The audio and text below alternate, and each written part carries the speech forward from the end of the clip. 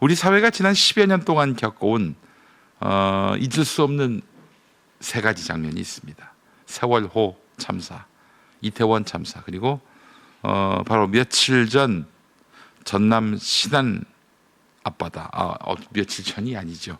어제 하마터면 큰 참사로 이어질 뻔한 여객선 좌초 사고, 해상에서 벌어진 여객선 좌초 사고, 이 세 사건을 나란히 놓고 한번 비교를 해봤습니다. 11월 19일 260명이 넘는 승객을 태운 대형 여객선이 신안 앞바다에서 좌초했습니다. 그리고 사고 발생 약 4시간 반 만에 승객 전원이 구조됐습니다. 전원이 구조됐어요. 정말 전원이 구조된 게 맞을까? 혹시 저 세월호 때도 초기 보도에서 전원 구조됐다 이런 보도가 나왔잖아요. 결국 오보로 드러났습니다만, 이 사실 하나만으로도 우리는 이번엔 달랐다라는 것을 바로 느낄 수 있었습니다. 그 승객 전원 구조 진실이거든요. 다 무사히 무트로 올라왔습니다. 세월호 때의 무력감, 이태원 참사 때의 혼란과 지연, 그 어두운 기억들과는 전혀 다른 장면이었습니다. 여기서 핵심은 단순히 전원 구조라는 결과가 아닙니다. 그 결과를 만들기 위해 정부가 어떤 방식으로 움직였는가, 바로 그 과정입니다. 사고가 접수된 직후 이재명 대통령의 긴급 지시가 내려갔습니다. 해경, 해군, 소방, 지자체가 즉각적으로 동원됐고 현장과 중앙부처 사이에 정보 공유가 실시간으로 이루어졌습니다. 세월호 때는 어땠습니까? 대통령 보고가 늦었고 7시간인가 8시간인가 늦어졌지요. 지원 체계는 뒤엉켰고 각 기관은 서로 책임을 떠넘기느라 우왕좌왕했습니다. 이태원 때는 112 신고가 빗발쳤지만 도심 한가운데, 바다도 아니고, 거기서 벌어진 일 아니겠습니까? 그렇게 신고가 빗발쳤는데 정확한 상황을 알 수 없다면서 구조 인력이 배치되지 않았습니다. 야, 컴퓨터 인터넷 들어가 보면은 거기서 무슨 일이 벌어졌는지 CCTV로도 확인할 수 있겠구만, 포털에서. 자, 그런데 이번엔 달랐습니다. 신고, 상황 파악, 지휘, 투입, 이 프로세스가 거의 교범처럼 작동했습니다. 이건 단순한 운이 아니라 정부가 위기 관리를 속도와 정확성이라는 원칙으로 운영하고 있다는 증거입니다. 이재명 대통령은 위기 상황에서 직접 지시하고 직접 보고받고 필요하면 직접 지휘합니다. 그의 정치 스타일은 이미 널리 알려져 있습니다. 지연된 보고를 용납하지 않고 현장 중심을 반복해서 강조하면서 정보 은폐나 축소를 무엇보다도 경계하는 스타일입니다. 허위로 보고했다? 죽습니다. 이재명한테는 죽어요, 그냥.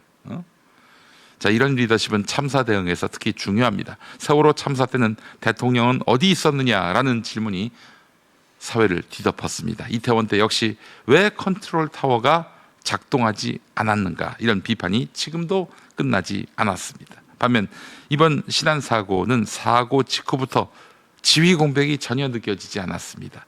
대통령의 공개 지시는 긴장감을 주면서도 동시에 행정 조직 전체의 속도를 끌어올리는 효과를 냈습니다.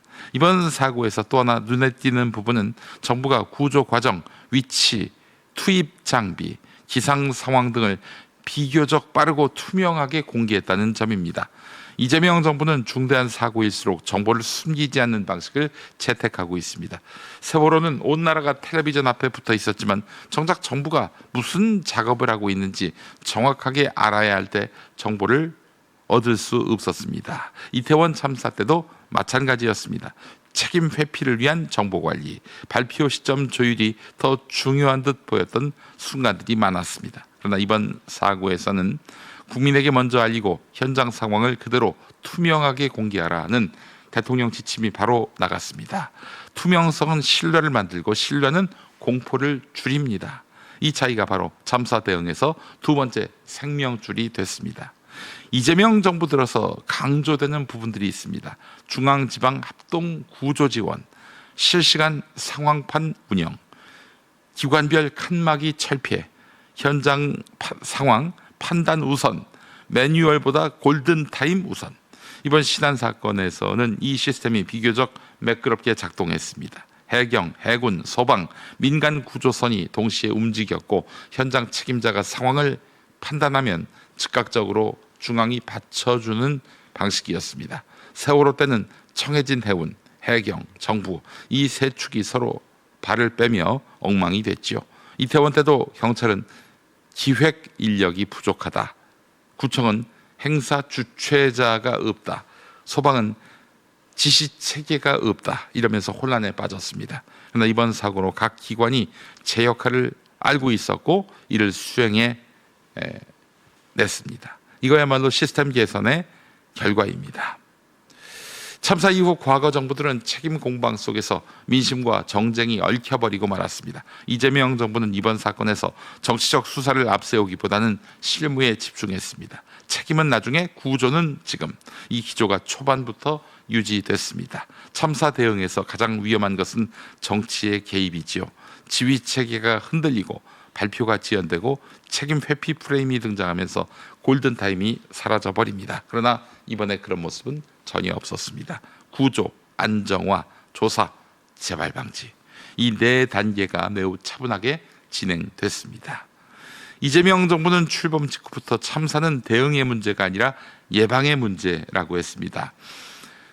그래서 위험시설 점검, 안전규정 강화, 책임자 처벌 강화, 나아가 기상 악화 예측 개선, 해양 안전 매뉴얼 현장 훈련 등이 이미 강화되고 있었습니다. 그 효과가 이번 사고에서 나타난 셈입니다. 세월호 이후 10년, 이태원 이후 3년, 아직도 해결되지 않은 의문점들은 많지만 이번 신안 구조 사례는 분명히 하나의 신호탄이 될 것입니다.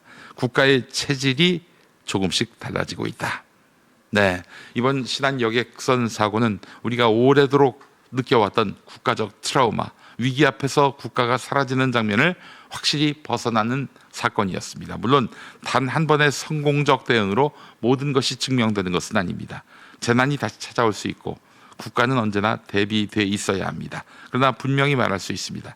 이번 사고는 이재명 정부가 위기 대응에서 속도, 투명성, 리더십, 통합성, 예방이라는 5가지 핵심 요소를 제대로 작동시키고 있음을 확인한 사건입니다. 오랜만에 목격했습니다. 그리고 그것은 앞으로의 대한민국이 어떤 방향으로 나아가야 하는지 명확하게 보여주는 신호였습니다.